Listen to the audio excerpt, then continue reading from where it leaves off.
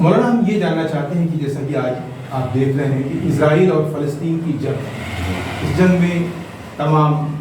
نردوش مارے جا رہے ہیں، تو ہم یہ جاننا چاہتے ہیں کہ آخر کس مقصد سے فلسطین اور اسرائیل میں جنگ ہو رہی ہے، اس مقصد کو آپ اپنے طریقے سے بیان کریں۔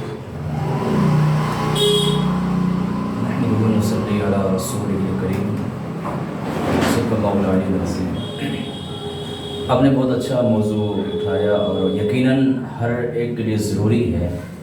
کیونکہ پوری دنیا میں جس کا تذکرہ، جس کا چرچا ہو رہا ہے، لیکن اپنے یہاں سے یہ بات بہت خاموشی کے ساتھ اور لوگ خاموش اس پر کوئی بات نہیں کرنا چاہ رہا۔ اور میں بتاؤں آپ کو، فلسطین جو بیت المقدس ہے وہ ہمارا پہلا قبلہ ہے،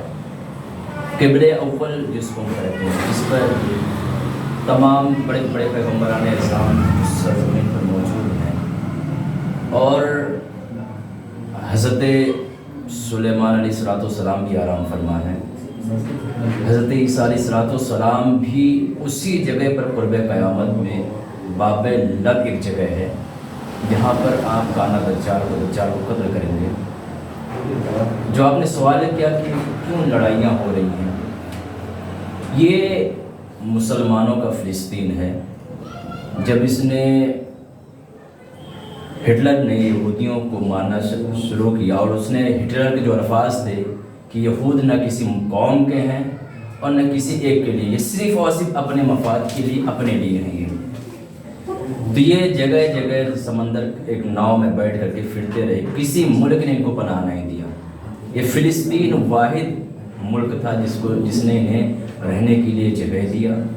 اور چھت دیے، چادریں دی اوڑھنے کے لیے، سب کچھ دیا، اس نے کھانا کھلایا۔ لیکن یہ وقت کے ساتھ بڑھتے بڑھتے اتنے آگے نکل گئے کہ انہوں نے فلسطینیوں کو ہی قتل کرنا شروع کر دیا، مارنا شروع کر دیا۔ اور اس میں اصل مقصد جو ان کے مارنے کا،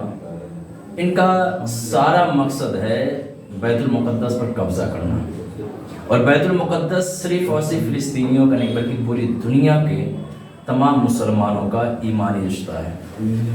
اور قرآن پاک میں خود اللہ رب العزت نے اس سرزمین بیت المقدس کا ذکر فرمایا قرآن پاک کے 15ویں پارے میں،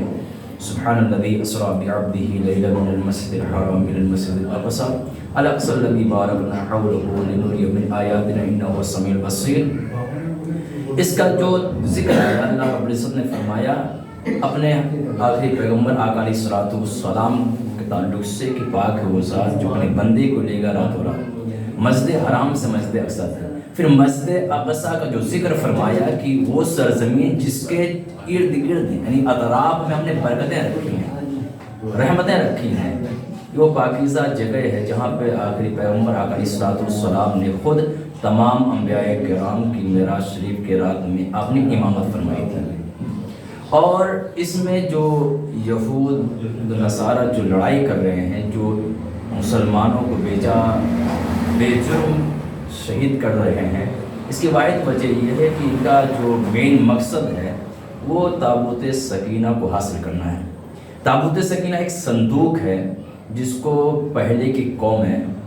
حضرت سلیمان علیہ السلام سے پہلے غالباً حضرت موسیٰ علیہ السلام کے زمانے میں اس تابوت میں تمام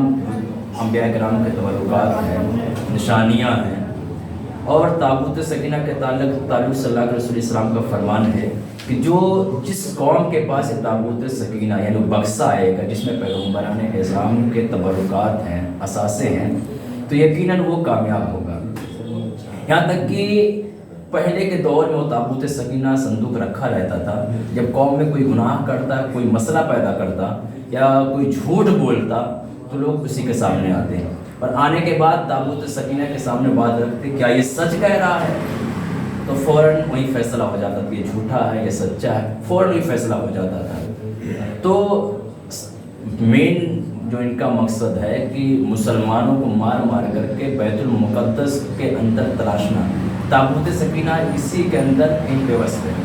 اس کی اصل وجہ یہ ہے جو میں نے تحقیق کیا کہ ہیکل سلیمانی جو ہے، ہیکل سلیمانی کے اندر ہی تابوت سکینہ رکھا ہوا ہے، جس کو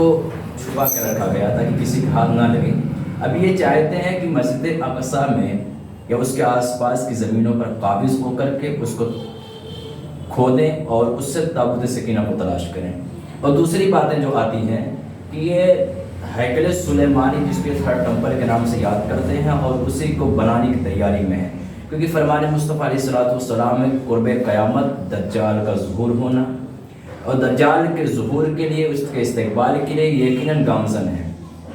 اسرائیلی جو ہیں یہ یقیناً گامزن ہیں، جو کسی کو نہیں مانتے، صرف اور صرف شیطان کی پوجا کرتے ہیں۔ ان کو انسانیت سے کوئی مطلب نہیں، کسی بھی انسان سے کوئی مطلب نہیں، اس لیے فلسطین والوں پر ظلم اٹھا رہے ہیں، جہاں بچوں کو، بوڑھوں کو، سب کو بیجا لوگوں کو قربان کرتے چلے جا رہے ہیں۔ ہماری قوم مسلم جو ہم پرستی میں، خود غرضی میں اتنا مصروف ہے کہ اس کو اتنا بھی نہیں نظر آتا ہے کہ مسلمان جو بیجا شہید کیے جا رہے ہیں، مسلمانوں کے گھر بکھیرے جا رہے ہیں فلسطین کے اندر، اور بیت المقدس کی حفاظت کے لیے جنہوں نے قربانیاں دے رہے ہیں ان کی حفاظت کی جائے، ان کی مدد کی جائے، ان کی پشت پناہ کیا جائے، لیکن ذرا برابر بھی ہماری مسلم قوموں کو اس کی طرف دھیان نہیں جاتا ہے۔ اچھا، ایک بات یہ بھی کہنا چاہیں گے کہ کیا یہودیوں کا وہ جو جگہ ہے، کیا یہودیوں کو اس سے پہلے وہاں عبادت گاہ تھی یا نہیں تھی؟ نہیں، یہودیوں کی عبادت گاہ نہیں تھی۔ ہاں، یہ وہ اس بات کو لے کر چلتے ہیں کہ حضرت سلیمان علیہ السلام نے جو ہیکل سلیمانی بنایا تھا، جہاں پر آپ بیٹھ کر کے اپنی حکمرانی جہاں سے کرتے تھے، تو ان کا جو مین مقصد ہے کہ وہ ہیکل سلیمانی ہی ہماری ہے اور ہم اس کے تھرڈ ٹیمپل بنا کر کے اس میں عبادت کریں، اس کو اپنی عبادت گاہ بنائیں۔ اور حالانکہ ایسا نہیں ہے، کیونکہ بیت المقدس یہ اللہ رب العزت کا وہ گھر ہے جو مسلمانوں کا قبلہ اول ہے۔ یہ یہودی جو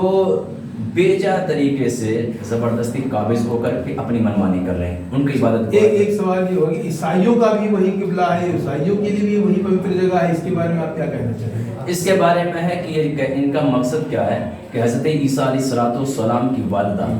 حضرت مریم علیہ السلام کی پیدائش فلسطین میں ہوئی،